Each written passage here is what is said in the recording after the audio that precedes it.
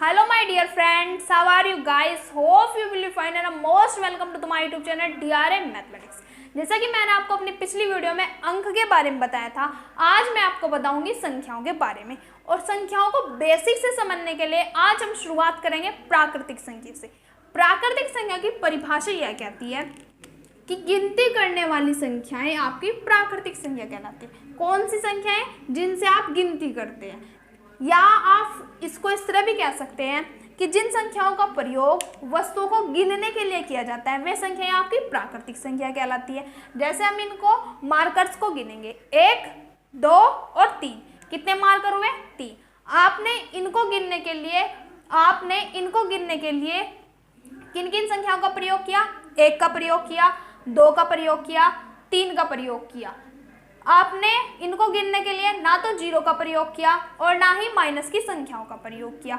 आप हमेशा ही वस्तुओं को गिनने के लिए 1 से लेकर अनंत तक संख्याओं का प्रयोग करते हैं और इसी वजह से 0 और माइनस की संख्याएं आपकी प्राकृतिक संख्या नहीं होती। इसलिए हम प्राकृतिक संख्याओं को इस तरह भी लिख सकते हैं, यहाँ पर प्राकृतिक संख्या 1 से लेकर अनंत तक होती है, यानी कि 1, 2, 3, 4, 5 डैश डैश डैश अनंत तक। यह अनंत का साइन है और इसको समझने का प्रयास करते हैं कि ये होता क्या है। जैसे कि हमने 1 से लेकर 100 तक गिनती लिखी, तो इसका मतलब तो यह बिल्कुल नहीं होता कि 100 के बाद कोई संख्या नहीं होगी। उसका मतलब तो यह होगा कि संख्या 101 भी आएगा, फिर उसके बाद 102 भी, फिर 103 भी।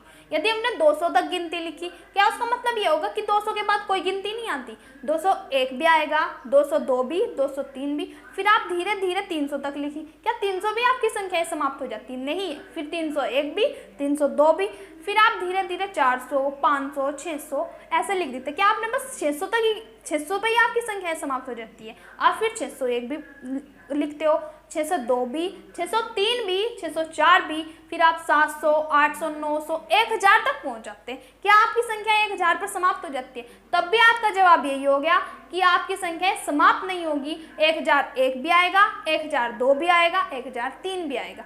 आपकी संख्याएं कभी भी समाप्त नहीं होती, वे चलती ही जाती है। इसलिए यहाँ पर इस शब्द का प्रयोग किया जाता है अनंत का।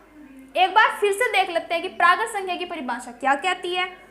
गिनती करने वाली संख्या आपकी प्राकृतिक संख्या कहलाती है, यानी कि जिन संख्याओं का प्रयोग वस्तुओं को गिनने के लिए किया जाता है वे संख्याएं आपकी प्राकृतिक संख्या कहलाती है।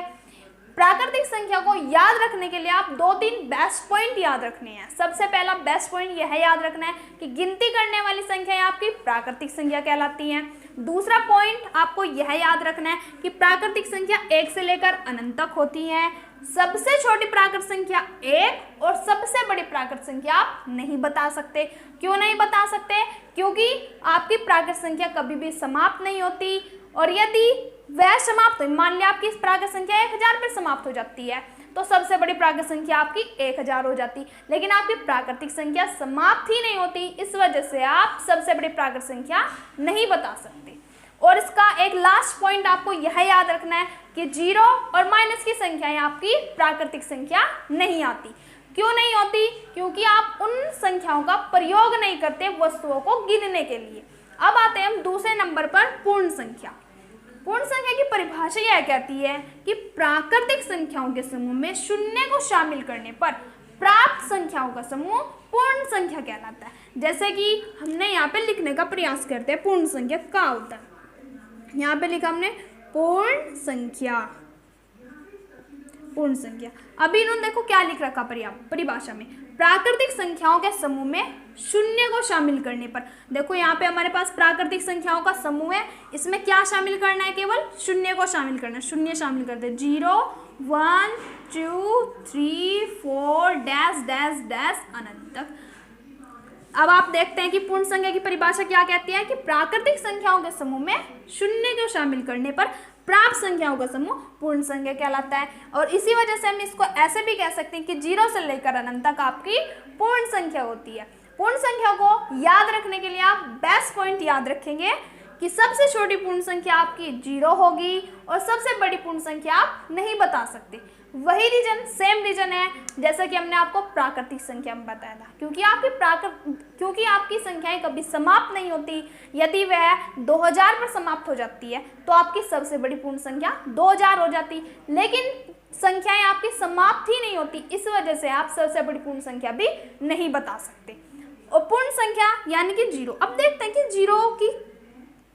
जीरो से लेकर अनंत तक आपकी पूर्ण संख्या। बताते चले कि शून्य की खोज की गई थी, शून्य की खोज की थी आर्यभट्ट जी ने, और इसको मतलब ऐसा किस समस्याओं का समाधान करने के लिए शून्य का खोज की गई, एक उदाहरण के साथ समझने का प्रयास करते हैं।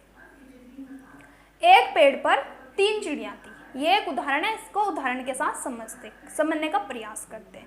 एक पेड़ पर 3 चिड़ियां थी, उस पेड़ से कुछ समय बाद एक चिड़िया उड़ जाती है। अब उस पेड़ पर कितनी चिड़ियां बचती हैं? 2 चिड़ियां बचती हैं। कुछ समय बाद दूसरी चिड़िया भी उड़ जाती है, फिर उस पेड़ पर केवल एक चिड़िया बच जाती है। फिर कुछ समय बाद वो आखिरी चिड़िया भी पेड़ से उड़ जाती है। अब मैं आपसे एक प्रश्न करूंगी कि अब उस पेड़ पर कितनी चिड़िया बची?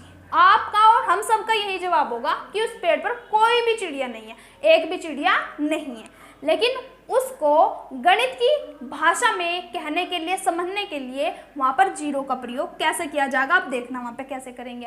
अब मैं आपसे पूछूंगी कि पेड़ पर कितनी चिड़ियाँ हैं, आप कहेंगे कि पेड़ पर 0 चिड़ियाँ हैं। कितनी चिड़ियाँ हैं? 0 चिड़ियाँ, क्योंकि उस पेड़ पर चिड़ियाँ थी। उस पेड़ पर पहले कितनी चिड़ियाँ थी? 3 चिड़ियाँ थी, लेकिन अब उस पेड़ पर कितनी चिड़ियाँ हैं? 0 चिड़ियाँ हैं। तो इस प्रकार की समस्याओं का समाधान करने के लिए जीरो की खोज की गई थी। आपको बेस्ट पॉइंट में यह याद रखना बेहद जरूरी है कि शून्य की खोज आर्यभट्ट जी ने की थी। सबसे छोटी पूर्ण संख्या आपकी 0 और सबसे बड़ी पूर्ण संख्या आप नहीं बता सकते, क्योंकि आपकी संख्याएं कभी भी समाप्त नहीं होती। अब आते हैं हम अपनी तीसरी संख्या पर। तीसरी संख्या का नाम है पूर्णांक संख्या, और पूर्णांक संख्या की परिभाषा यह कहती है कि पूर्ण संख्याओं के समूह में ऋणात्मक संख्याओं को शामिल करने पर प्राप्त संख्याओं का समूह पूर्णांक संख्या कहलाता है। अभी ऋणात्मक संख्याओं को थोड़ा देख लेते हैं कि ऋणात्मक संख्या कैसी होती है, इनको जान लेते हैं। जैसे कि हमने यहाँ पे लिखा 2, तो इनको कहेंगे धनात्मक संख्या। जैसे मैं इसके आगे माइनस का चिन्ह लगा दूं, ये आपकी बन जाएगी ऋणात्मक संख्या, यानी कि जितनी भी आपकी माइनस की संख्याएं होती हैं वे ऋणात्मक संख्याएं कहलाती हैं। जैसे मैंने लिखा 4, तो ये एक होगी धनात्मक संख्या। यदि मैं इसके आगे लगा दूं -4, तो ये हो जाएगी ऋणात्मक संख्या। यदि मैंने लिखा 5, तो ये होगी एक धनात्मक संख्या।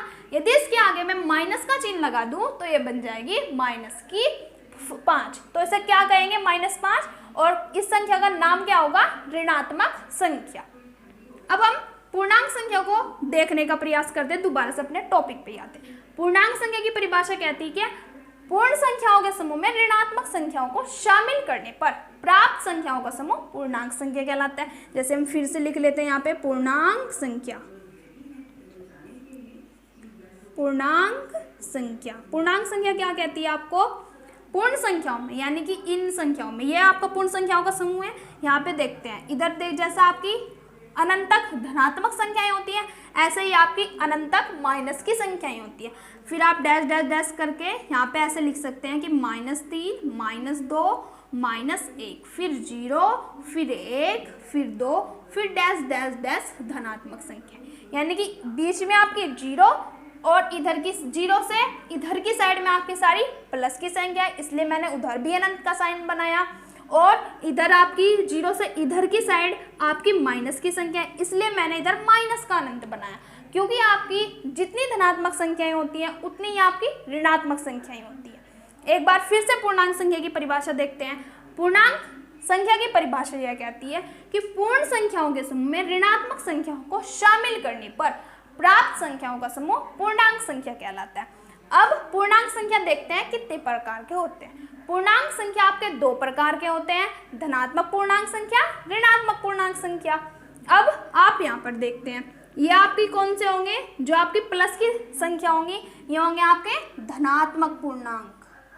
जितनी भी संख्या होंगी ये आपके धनात्मक पूर्णांक, और ये 0 आपका पूर्णांक होगा। आपको बेस्ट पॉइंट में यह याद रखना है पूर्णांक संख्या के लिए कि शून्य एक पूर्णांक है और ना ही यह धनात्मक पूर्णांक है और ना ही यह ऋणात्मक पूर्णांक है। तो इसके लिए आप लिखेंगे सिर्फ पूर्णांक, और जो ये माइनस की संख्याएं हैं आप इनको लिखेंगे ऋणात्मक पूर्णांक।